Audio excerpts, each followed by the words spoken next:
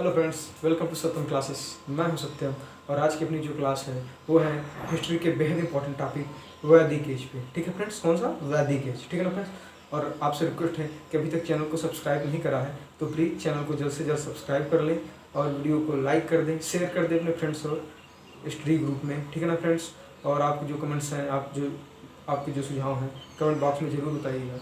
तो चलिए फ्रेंड्स, और इस टॉपिक को मैंने सिर्फ ऐसा बनाया है कि आपके एग्जाम प्रॉस्पेक्टिव से, एग्जाम पॉइंट ऑफ व्यू से सारी चीज़ें जल्द ही क्लियर हो जाएंगी। टॉपिक को बहुत बड़ा नहीं बनाया है, बहुत ज़्यादा लंबा नहीं करा है, सिर्फ एग्जाम पॉइंट ऑफ व्यू वाली बातें ली है और इसके अलावा अच्छे से समझाने की कोशिश करी है। चलिए फ्रेंड, शुरू करते हैं वैदिक एज।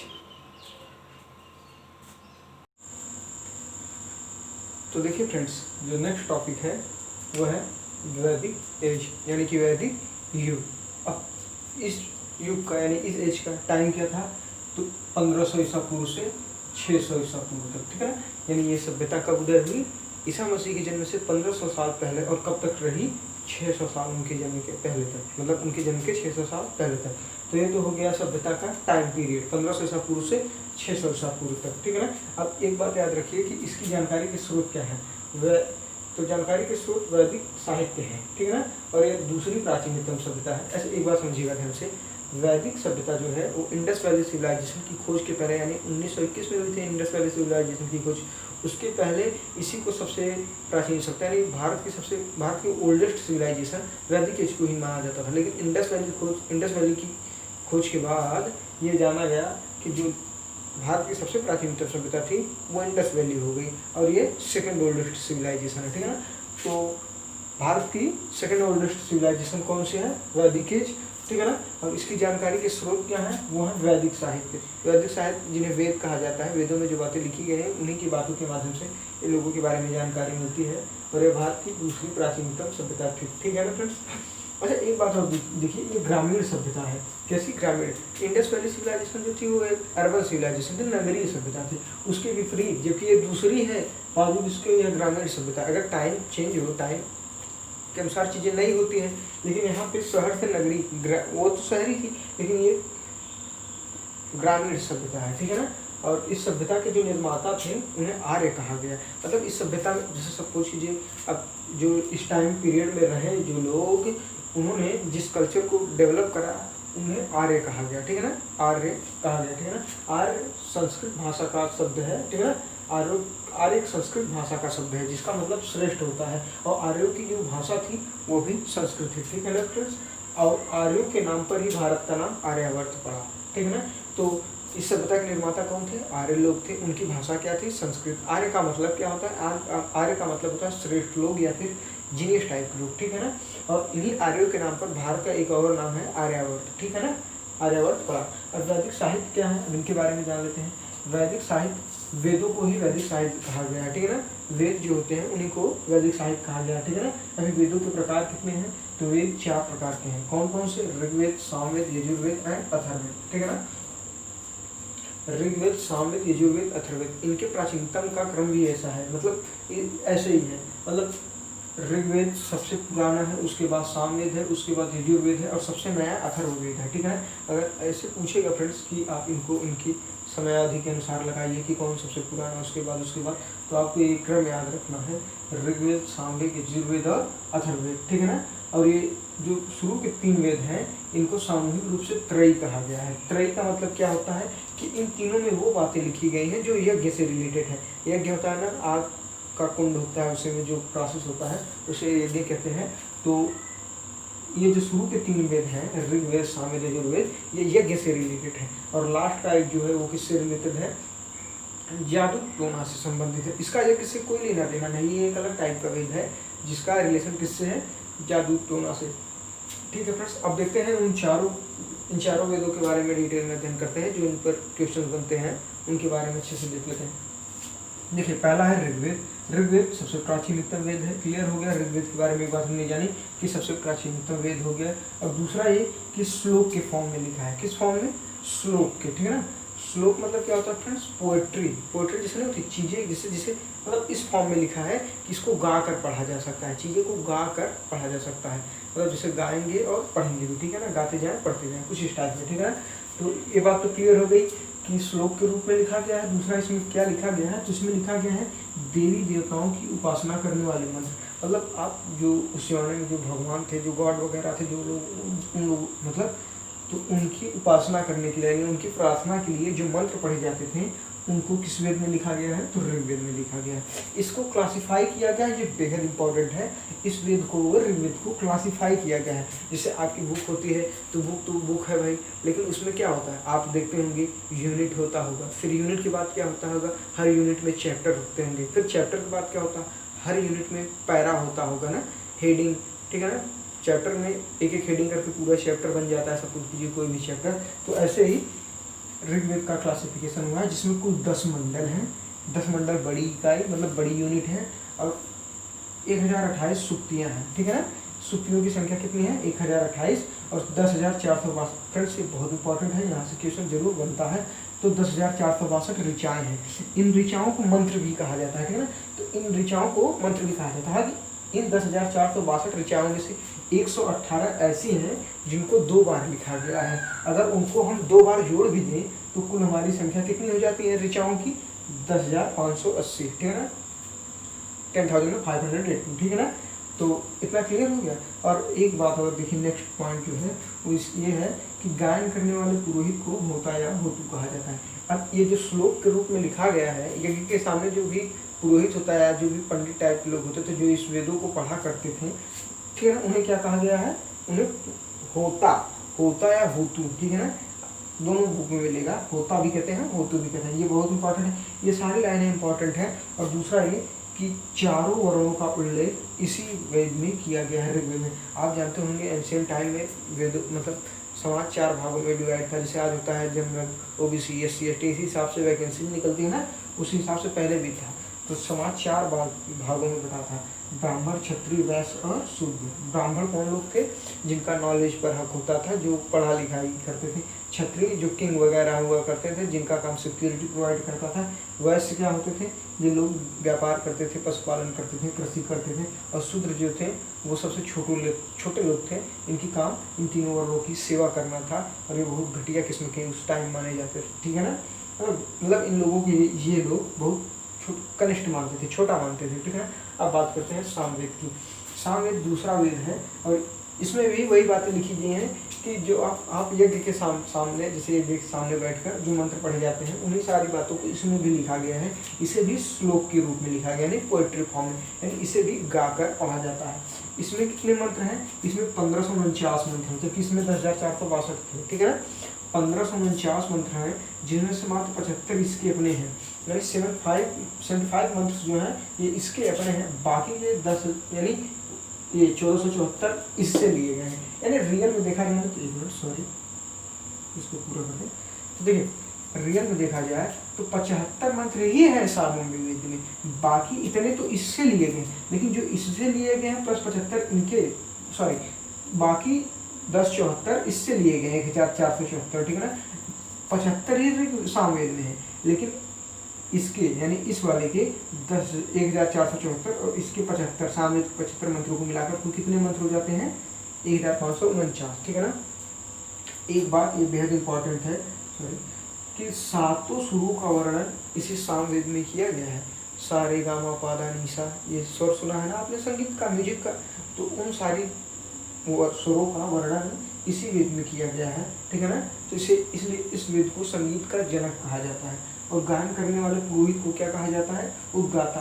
यानी ये जो मंत्र पढ़ता है, जो श्लोक लिखे गए हैं इस वाले मंत्र के, इस वाले मंत्र को जो पढ़ता है इस वेद के, उसको क्या कहा जाता है, उद्गाता।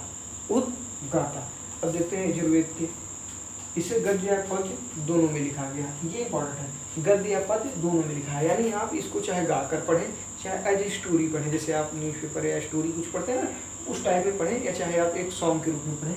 तो इसे गद्य और पद्य यानी प्रोज और पोएट्री दोनों फॉर्म में लिखा गया है, ठीक है।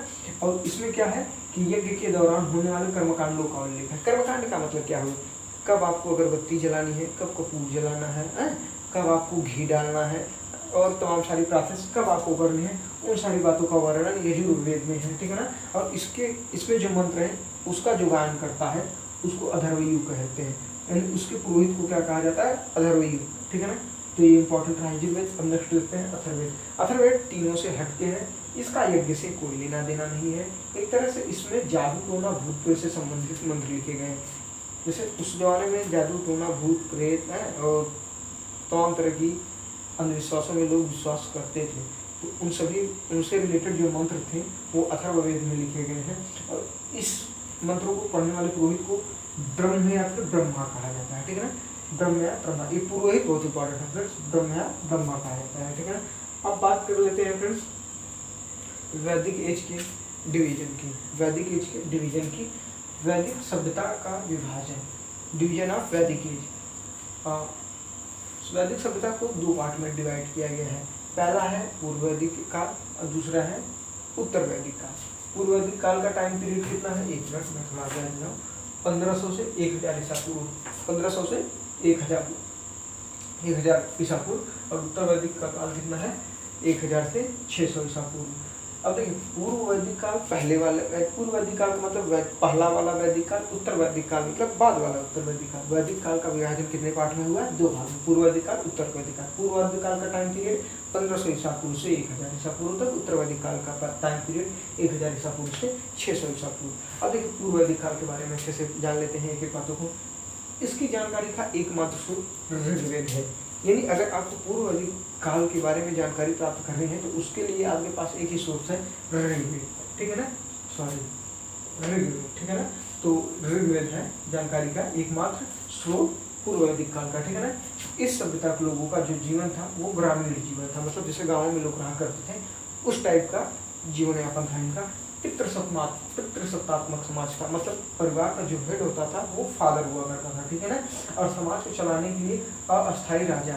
अब ये अस्थायी टेम्परेरी इनका मतलब सिंपल सी बात है, जैसे समाज में सामंजस्य बनाए, इक्विलिब्रियम काम करने के लिए, मतलब सारी चीज़ें सिस्टम में रहे हैं, ठीक है ना, लोग रूल को फॉलो करें, एक दूसरे की रेस्पेक्ट करें, उसके लिए समाज में एक राजा की व्यवस्था होती थी। एक टेम्परेरी राजा हुआ करता था, मतलब टेम्परेरी राजा मतलब पब्लिक जिसे चाहती थी उसे अपना राजा बना लेती थी, ठीक है ना। और इस राजा की सहायता के लिए सभा, समिति तथा विदत, ठीक है ना, ये विदत है फ्रेंड्स, सॉरी, सभा, समिति और विदत जैसी 3 संस्थाएं थी। राजा की हेल्प करने के लिए तो कुछ लोगों का ग्रुप होना चाहिए ना, इन ग्रुपों को 3 नाम था। क्या नाम था, अलग अलग ग्रुप थे, सभा, समिति तथा विदत। विदत एक ऐसी संस्था थी जिसमें महिलाएं भी शामिल थी। इंपॉर्टेंट है किस संस्था में महिलाएं शामिल थी, तो विदत, ठीक है ना, विदत में महिलाएं भी शामिल हुआ करती थी, ठीक है ना। और इस समय मतलब पूर्व वैदिक काल में वर्ण व्यवस्था कर्म पर आधारित थी। कर्म पर आधारित थी का मतलब जो व्यक्ति पैदा हुआ, जिसने पढ़ाई करनी शुरू कर दी वो पंडित बन गया, जिसने बॉडी बनाई, लड़ाई शुरू करी, सिक्योरिटी बना प्रोवाइड की लोगों को, वो क्षत्रिय बन गया, जिसने व्यापार किया वो वैश्य बन गया, और जो लोगों की सेवा करा वो शूद्र बन गया। तो वर्ण व्यवस्था बहुत इंपॉर्टेंट है, कर्म पर आधारित थी, जो जैसा काम करेगा उसको उस हिसाब से वर्ण में रखा जाएगा, ठीक है ना। और अब देखिए नेक्स्ट क्या है, महिलाओं की स्थिति अच्छी थी, मतलब महिलाओं को इक्वली, मतलब महिलाओं को एक तरह से समान तरह के अवसर अवेलेबल थे पुरुषों की तुलना में, मतलब जैसे पुरुष वैसे महिलाएं, तो महिलाओं की स्थिति अच्छी थी। महिलाओं के लिए शिक्षा की व्यवस्था थी, ठीक है ना, और पुनर्विवाह के अवसर थे, मतलब महिलाएं जो विधवा हो जाती थी, यहाँ पे विधवा सॉरी नहीं लिखा है, सुन लीजिएगा ध्यान से, जो विधवा महिलाएं हैं उनके पास चांस होता था कि दोबारा शादी करें, ठीक है ना। तो महिलाओं की स्थिति अच्छी थी, उन्हें शिक्षा के अवसर थे और पुनर्विवाह के अवसर भी थे। बाल विवाह, सती प्रथा, पर्दा प्रथा ये प्रतिबंधित था, मतलब इस समाज के लोगों ने ये मना करा था किसी बच्चे की शादी नहीं होगी, कोई भी महिला सती नहीं होगी अपने हस्बैंड की डेड बॉडी के साथ, पर्दा प्रथा नहीं होगी, यानी जरूरी नहीं कि आप अपने फेस पर कोई कवर डालें ऐसा कुछ, ठीक है, कर्टन वगैरह, सॉरी घूंघट मतलब, ठीक है। तो वो मनाही थी इसकी कि मतलब आप ऐसा ना करें, ये सब प्रतिबंधित था, मतलब महिलाओं को इक्वल दर्जा दिया गया था ना। इस सभ्यता के इस काल के प्रिय देवता इंद्र थे, जिन्हें पुरंदर कहा गया। पुरंदर मतलब किलों को तोड़ने वाला, तो प्रिय देवता इंद्र थे और उन्हें बारिश का देवता भी कहा गया है, ठीक है ना फ्रेंड्स। बारिश का देवता का मतलब ये कि इंद्र जो थे उस समय बारिश से रिलेटेड काम करते थे, मतलब बारिश कराना इन्हीं का काम होता था। इस सभ्यता के लोगों का प्रमुख व्यवसाय पशुपालन था और प्रमुख पशु गाय थी, जिसको ये लोग अहन्या कहा करते थे। और अहन्या का मतलब होता है न मारने योग्य, कोई ऐसा जिसको न मारा जाए, जिसकी हत्या न करी जाए। तो प्रमुख व्यवसाय क्या था फ्रेंड्स? पशुपालन। प्रमुख पशु क्या था? गाय। हालांकि ऋग्वेद में जिस पशु का सबसे ज्यादा उल्लेखनीय होता है वो घोड़ा है, और कितनी बार उल्लेखनीय होता है? 215 बार, ठीक है ना। सबसे ज्यादा उल्लेख किसका मिलता है ऋग्वेद में? घोड़े का। जबकि ऋग्वेदिक में जो पूर्व वैदिक काल है, सॉरी जो पूर्व वैदिक काल है, उस लोगों का फेवरेट पशु कौन सा था? गाय था। और सबसे ज्यादा उल्लेख किसका मिलता है? घोड़े का, 215 बार। इस लोगों को इस पूर्व वैदिक काल के लोगों का सबसे मुख्य पेय पदार्थ क्या था? सोमरस।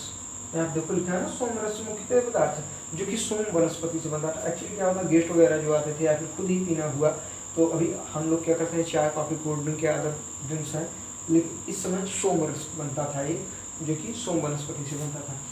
अब जो लाइन है वो बेहद इंपॉर्टेंट है। इस सभ्यता को लोग लोहे से पूरी तरीके से अपरिचित थे, अननोन थे। लोहे के बारे में इनको कोई भी जानकारी नहीं थी, यानी आयरन के बारे में कुछ भी नहीं जानते थे। सोना इनका मुख्य धातु हुआ करता था, सोना इनका मुख्य धातु हुआ करता था। इस सभ्यता के लोगों की जो मेन मेटल जो इन्होंने माना था अपना, मतलब वो गोल्ड था, सोना, ठीक है। तो ये रही बातें पूरी वैदिक सभ्यता में पूर्व वैदिक काल की, ठीक है ना, पूर्व वैदिक काल, जिसका टाइम पीरियड क्या था? 1500 से 1000 ईसा पूर्व तक। अब बात करते हैं उत्तर वैदिक काल की। देखिए उत्तर वैदिक काल का जो टाइम पीरियड है वो 1000 से 600 ईसा पूर्व तक है। कितना? 1000 से 600 ईसा पूर्व तक, ठीक है ना। और इसकी जानकारी का जो स्रोत है वो ऋग्वेद के अलावा अन्य वेद, अन्य तीनों वेद, सामवेद, यजुर्वेद, अथर्ववेद, ये तीनों वेद किसके बारे में जानकारी देते हैं? उत्तर वैदिक काल के बारे में, ठीक है ना। यानी 1000 से 600 ईसा पूर्व के बीच का इतिहास क्या था भारत का, उसके बारे में जो जानकारी मिलती है वो इन तीनों वेदों से मिला करती है, ठीक है ना। अब देखिए ये वाला टाइम पीरियड इसमें थोड़ी सी इससे डिफरेंट है पूर्व वैदिक काल से। क्या है डिफरेंस? देखिए पहला तो यह है, पूर्व वैदिक काल में तुलना में सामाजिक दायरा बढ़ा। अभी क्या है, पूर्व वैदिक काल में जो लोग थे ना, उनका समाज छोटा हुआ करता था, अगल बगल कुछ लोगों को जाना करते थे, उतना ज़्यादा परिचय बहुत बड़े स्तर पर नहीं रखा करते थे। लेकिन इस काल के लोगों का सामाजिक दायरा बढ़ा।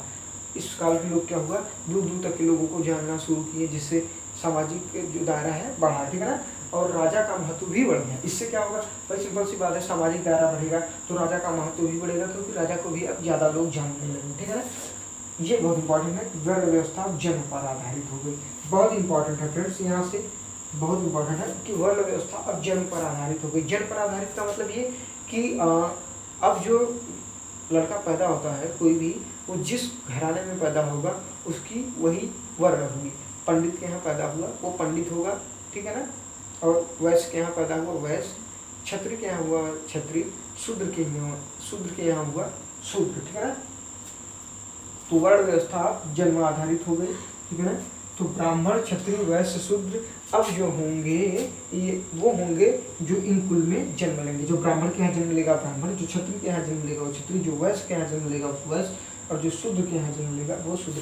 देखिए पहले ऐसा नहीं था, जो शूद्र के यहाँ जन्म ले और पढ़ाई करना शुरू कर दे उसका वर्ण बदल जाता था, वो ब्राह्मण में चला जाता था। लेकिन यहाँ से चीज़ें चेंज हो गई और वर्ण व्यवस्था जन्म पर आधारित हो गई।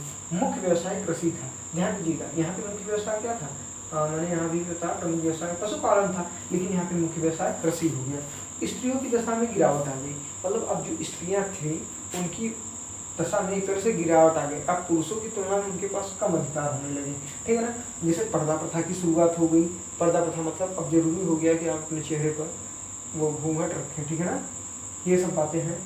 और पर्दा प्रथा की शुरुआत इसी काल में हुई। और इस काल के प्रमुख देवता प्रजापति थे, जिन्हें ब्रह्मा भी कहा गया है, ठीक है। ये लोग ब्रह्मा भी कहा, मतलब प्रजापति का इस काल के प्रमुख देवता थे, जिन्हें ब्रह्मा भी कहा जाता है, ठीक है ना। तो ठीक है ना, समझ में आया ना, प्रजापति प्रमुख देवता थे जो ब्रह्मा के रूप में जाने गए हैं, ठीक है ना।